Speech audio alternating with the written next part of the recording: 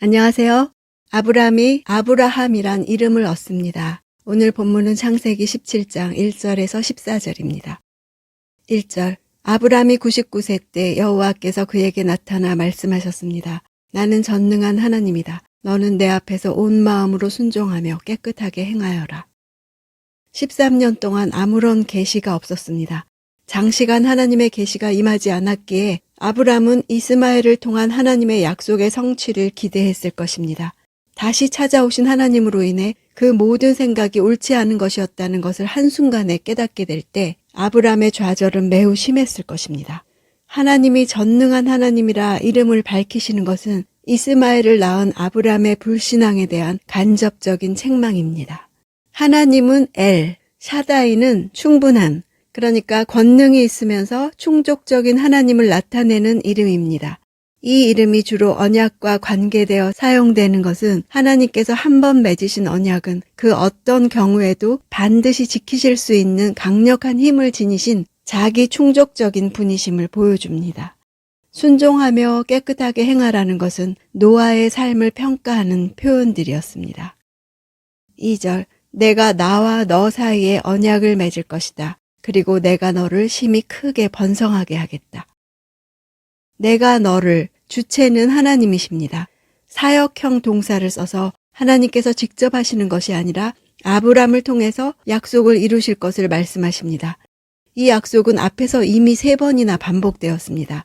아브라함을 부르실 때, 롯과 작별한 후 엘리에셀을 후사로 생각했을 때입니다.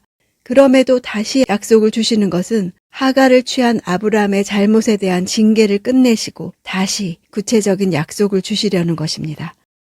5절 이제 더 이상 내 이름이 아브라함이라 불리지 않을 것이다. 내 이름은 아브라함이라 불릴 것이다. 내가 너를 많은 나라들의 조상으로 삼았기 때문이다. 라함은 군중이라는 뜻입니다. 존귀한 아버지에서 열국의 많은 자의 아버지로 바뀐 것입니다. 존귀함 받던 아버지의 존재가 하나님의 역사 속으로 들어오면서 열방 구원이라는 구원의 역사에 동참하게 되는 이름입니다. 데라 가문의 시 족장에서 열국의 조상인 아브라함이 된 것입니다. 6절 내가 너를 크게 번성케 하겠다. 내가 너로 말미암아 나라들을 세울 것이며 왕들이 너로부터 나올 것이다.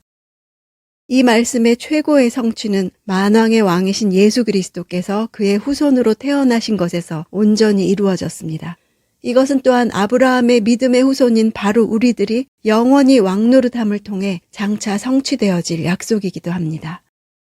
8절 내가 지금 나그네로 있는 이 가나안 온 땅을 내가 너와 네 자손에게 주어 영원한 소유물이 되게 하고 나는 그들의 하나님이 될 것이다. 많은 자손을 주시려면 땅이 있어야 합니다. 아브라함은 당시까지는 가나안 땅에 아무런 유업을 갖지 못한 나그네요 이방인이었습니다. 사실 아브라함은 사레가 죽은 후에야 비로소 마므레 앞 막벨라에 있는 에그론의 밭을 사서 그녀를 장사함으로 약간의 땅을 소유할 수 있었습니다. 하나님은 가나안 온 땅을 주시겠다고 약속하셨죠. 이 약속은 가나안을 정복한 여호수아 시대에 성취되기 시작해서 다윗 왕 때 이르러서는 완전히 성취되었고 솔로몬이 통치하던 시기에는 그 영화가 최고점에 달했습니다. 9절 하나님께서 아브라함에게 말씀하셨습니다. 그러므로 너와 내 뒤에 올 내 자손은 내 언약을 지켜야 할 것이다. 후손 번영에 대한 약속은 아브라함과 자손들이 성취할 의무가 있습니다. 후손의 번영을 실현시킬 의무 조항을 스스로 지겠다고 다짐하는 언약 준수 의식이 할례 의식입니다. 11절 너희는 포피를 베어 할례를 행하여라. 이것이 나와 너희 사이에 맺은 언약의 표시가 될 것이다. 할례는 하나님이 세우신 언약을 이스라엘에게 기억하게 하시려고 그 몸에 두신 표시였습니다. 하나님께서는 육체의 할례를 통해 이스라엘 백성이 언약을 기억하면서 마음의 할례까지도 생각할 수 있도록 하신 것입니다. 할례를 행한다는 말을 직역하면 잘라버린다, 끊어버린다는 뜻입니다. 곧 죽음을 뜻합니다. 우리는 죄인이어서 모두가 끊어져야 할 자들, 곧 죽어 마땅한 자들이었는데 예수님이 대신 끊어주셨습니다. 우리가 끊어져야 하는데 다만 일부만 끊어내어 하나님이 구원하신 것을 상징으로 보여주는 것입니다. 그 원리는 세례가 똑같습니다. 물에 잠겨 죽고 다시 태어나는 상징입니다. 12절 집에서 태어난 사람이든 내 자손이 아닌 이방 사람에게서 돈 주고 산 사람이든 상관없이 대대로 너희 가운데 모든 남자아이는 태어난 지 8일 만에 할례를 받아야 한다. 할례는 고대 근동에서 여러 민족들이 행했던 풍습입니다. 때로는 성년식으로, 다산 예식으로, 결혼 예식으로 사용되었습니다.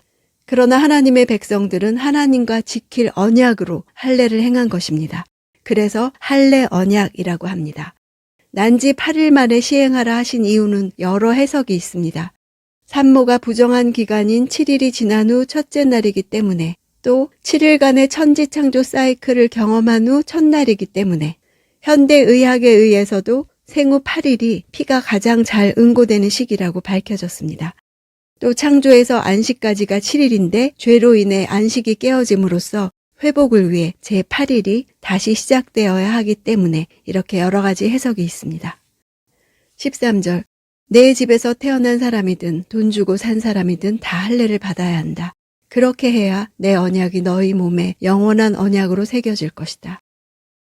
할례의 대상은 혈연이 아니라 언약과 관계된 것이기 때문입니다.